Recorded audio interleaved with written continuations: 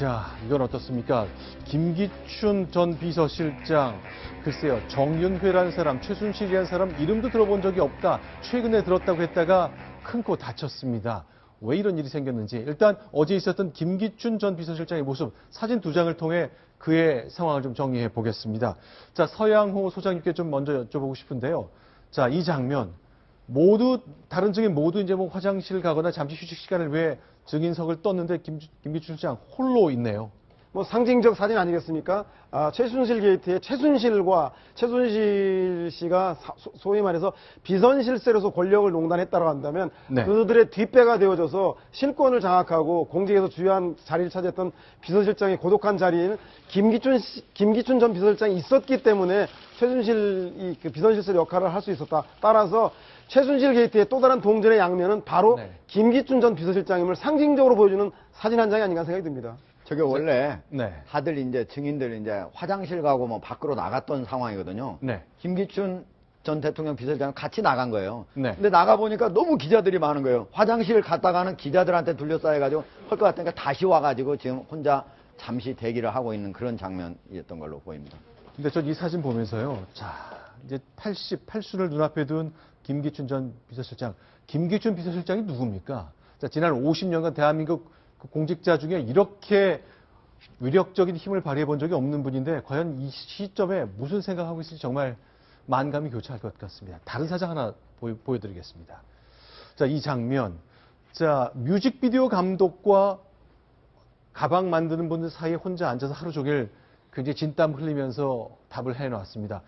저도 역시 김기춘 비서실장 관련 공직 생활 중에 옆자리에 다른 고위 공직자 이외의 분들이 앉아있는 걸 전 본 적이 없습니다. 그렇죠. 좌영태, 우은택인데 사실상 네. 최순실의 오른팔 왼팔 아니겠습니까? 저 장면에 최순실을 대입하면 딱 맞는 장면인데 저는 김기춘 비서실장이 그 자리에 있는 건 운명이라 생각이 듭니다. 오늘날 최순실 게이트가 있게 한 뒷배, 권력의 그 상징으로서 모든 네. 문제를 은폐해주고 지원해준 역할을 했던 것 김기춘 실장 또한 최순실 씨 못지않은 책임을 져야 한다는 것이 저 사진을 통해서 드러나고 있는 것 같습니다. 자, 그렇다면, 네. 사실은 이번 그 김기춘 실장이 보여준 것, 네. 저 태도에서 가장 거짓말을 많이 한 사람이 누구겠습니까? 할 때 네. 대답은 안 했지만은 네. 국민들이 알지 않겠습니까? 이런 얘기 했잖아요. 어제 나와가지고 한 말은 딱 두 가지였어요. 하나는 모른다.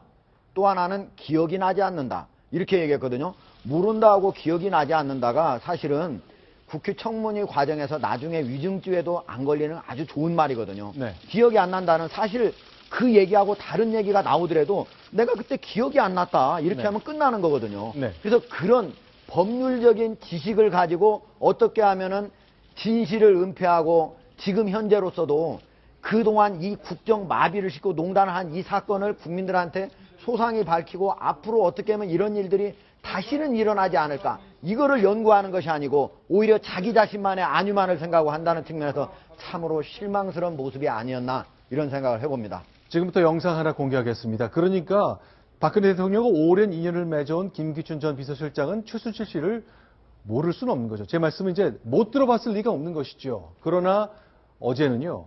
태블릿 PC가 공개된 한 달 반 전에 가서야 최순실의 이름을 처음 들었다고 얘기를 하고 맙니다.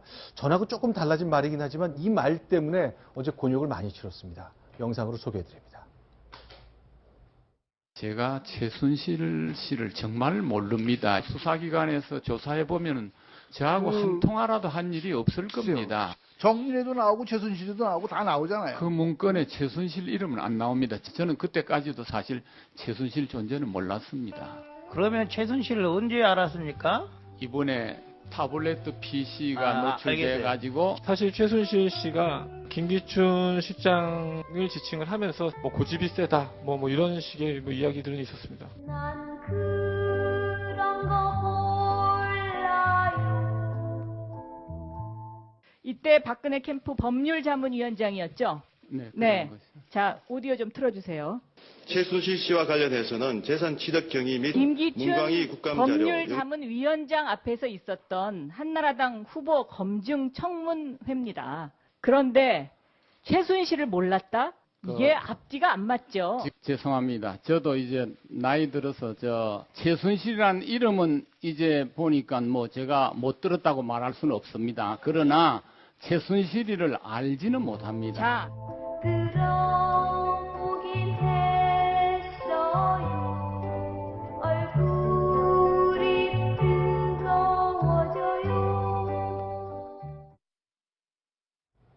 그런데 기본적으로 네.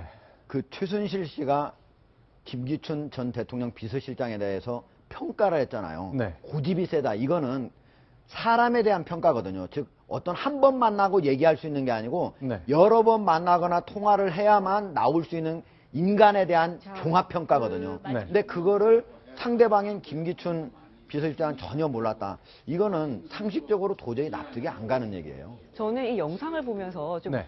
쾌감마저 좀 들더라고요. 통쾌한 기분이 좀 들었는데 그동안 김기춘 비서실장과 최순실 씨가 두 사람이 서로 알 것이다라는 심증을 솔직히 많이들 갖고 있는 상황이잖아요. 근데 지금 물증이 없어서 이 두 사람이 안다는 물증이 없어서 지금 국민들이 답답해하고 있는데 그럼에도 불구하고 지금 계속 증언은 나오고 있잖아요. 두 사람이 안다는 증언. 예를 들면 차은택 씨는 최순실 씨가 가부라고 해서 간 자리에 김기춘 실장이 있었고 그다음에 김종 전 차관은 김기춘 씨 소개로 최순실을 알았다. 이렇게 다 얘기를 했는데 지금 김기춘 비서실장은 계속 요리조리 법망을 빠져나가면서 대통령이 시켜서 가봤더니 있더라. 이런 식으로 계속 피해왔거든요. 그런데 그런 거짓말을 계속 거짓말인지 모르겠지만 어쨌든 계속 피해가면서 하다가 뭔가 이렇게 딱 걸린 상황이 되니까 좀 보면서 아차 걸려들었구나 이런 생각까지 좀 들긴 했습니다. 저희가 이제 뭐 심정적으로는 알았을 것 같다는 생각은 저도 듭니다만 어쨌건 우리가 100% 단언할 수 없는 상황인 것만은 분명합니다. 그러나 어쨌건 어제 나온 이 한 영상 때문에 그러니까 김기춘 비서실장이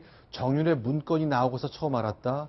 그리고 태블릿 PC가 나온 한 달 반 전에 정윤의 최순실 이름을 처음 들었다. 이 말만큼은 뒤집을 수밖에 없는 상황이 생긴 건 분명합니다. 그러나 일단 김기춘 실장은 통화한 적 없습니다. 만난 적 없습니다. 뭐 굉장히 강하게 주장을 하고 있습니다. 근데 이건 뭐죠? 네. 변호사님. 어제 김기춘 실장이 본인의 주장을 일부 접을 수밖에 없었던 그런 그 계기가 된 것인데요. 이제 그 민주당의 그 박영선 의원에게 이제 한 네티즌이 이제 그 제보를 한 그런 사연입니다. 네. 그래서 실제로 당시에 좀 전에 영상 보셨던 한나라당 대선 후보 검증 자리에서 김기춘 당시 법률지원단장이 있는데 그 자리에서 최순실의 이름을 이제 그 거명했다. 이름이 호명됐다. 거론되었다. 그렇다면 이거를 당연히 알고 있는 거 아니냐. 네. 더군다나 당시에 이제 그 양측의 이명박 당시 후보와 박근혜 후보 사이에서 굉장히 치열한 상호 검증의 그런 시도가 있었는데요. 그렇다고 한다면 이명박 당시 후보 측에서 박근혜 후보에게 대해서 이런 최순실, 최태민 관련된 공격을 할 것은 누구나 아는 내용이었습니다. 그렇다면 거기에 대해서도 미리 준비를 하고 대비를 하는 자리에 당연히 김기춘 전 실장이 관여하고 개입하고 오히려 그런 그 대비를 주도하지 않았겠느냐라는 생각을 할 수밖에 없는 것인데요. 네. 조금 전에 보셨던 그런 그 SNS 사진 같은 경우는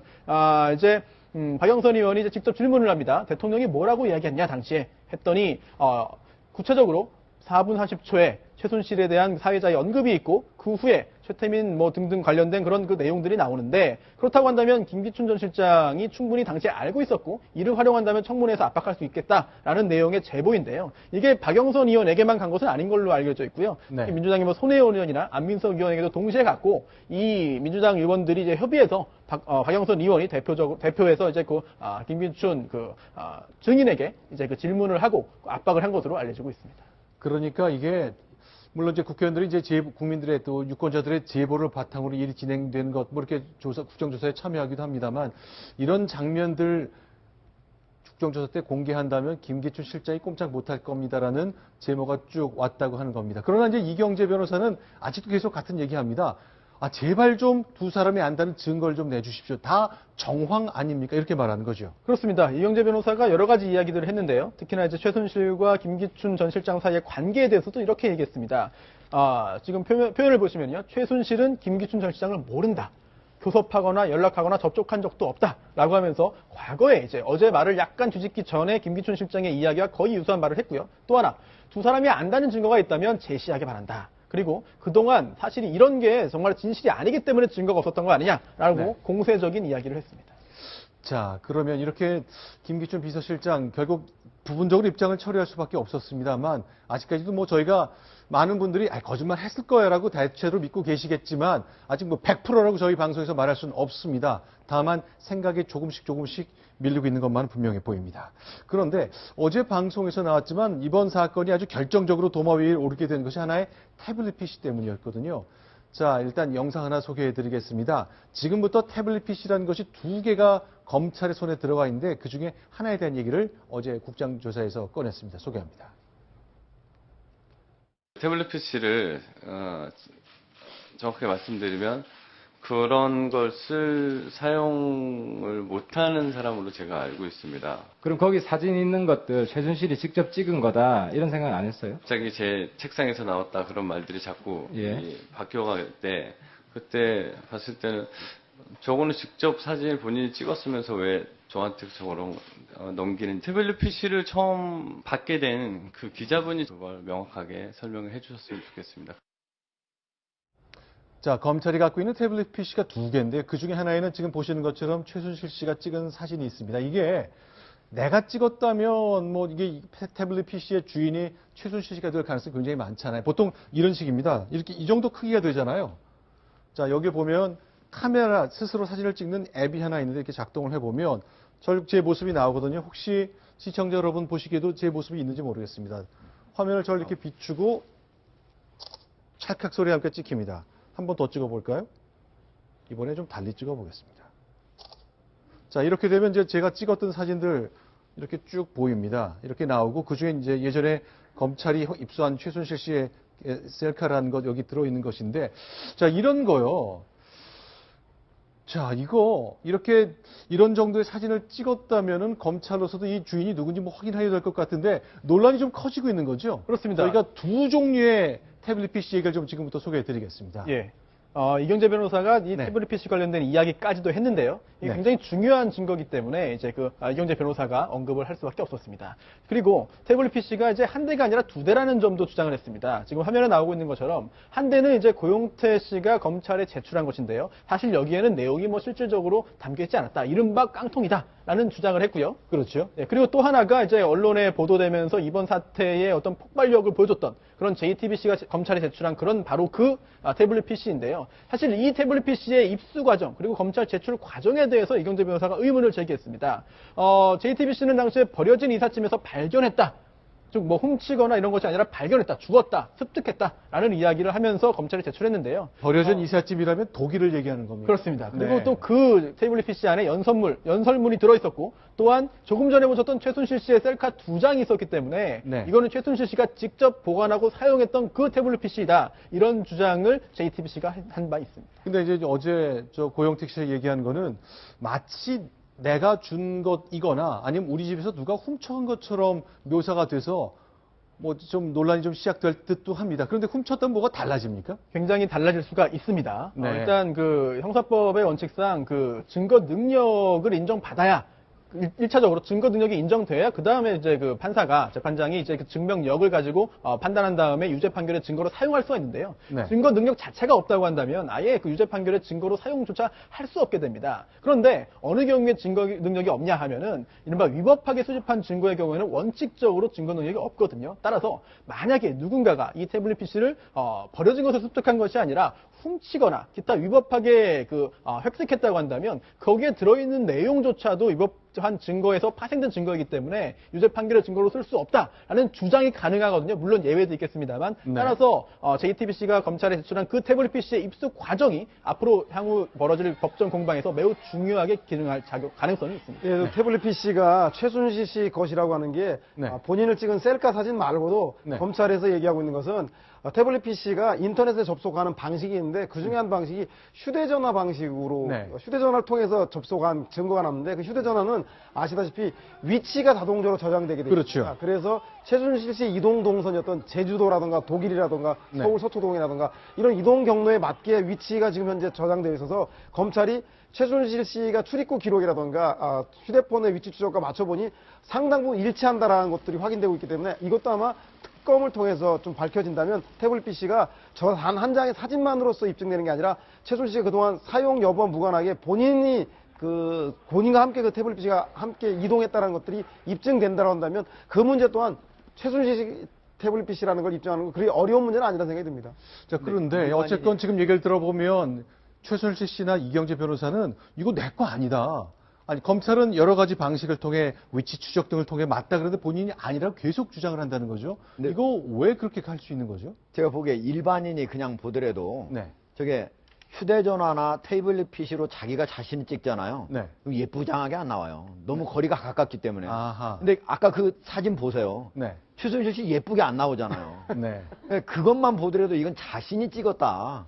우리 굳이 검찰에서 그걸 어디에서 접속 기록하고 하는 거 아니더라도 상식적으로 우리도 그냥 알 수가 있지 않나 이런 생각을 해요. 알겠습니다. 일단 변호사 측에서는 이거 우리 거 아니다. 아주 모든 출발점을 촉발시켰던 그 태블릿 PC 내 거 아니다. 반복적으로 얘기하고 있습니다. 왜 그런지 설명을 좀 듣고 싶은데 아직 그 이유까지는 공개하지 않고 있는데요. 새로운 정점으로 떠오르고 있다는 것 정리해봤습니다. 지금까지 5가지 소식 봤습니다. 자, 서영호 소장님 여기서 인사를 좀 드리겠습니다. 네, 고맙습니다. 자, 이엔 6번째 소식입니다. 순위 보겠습니다.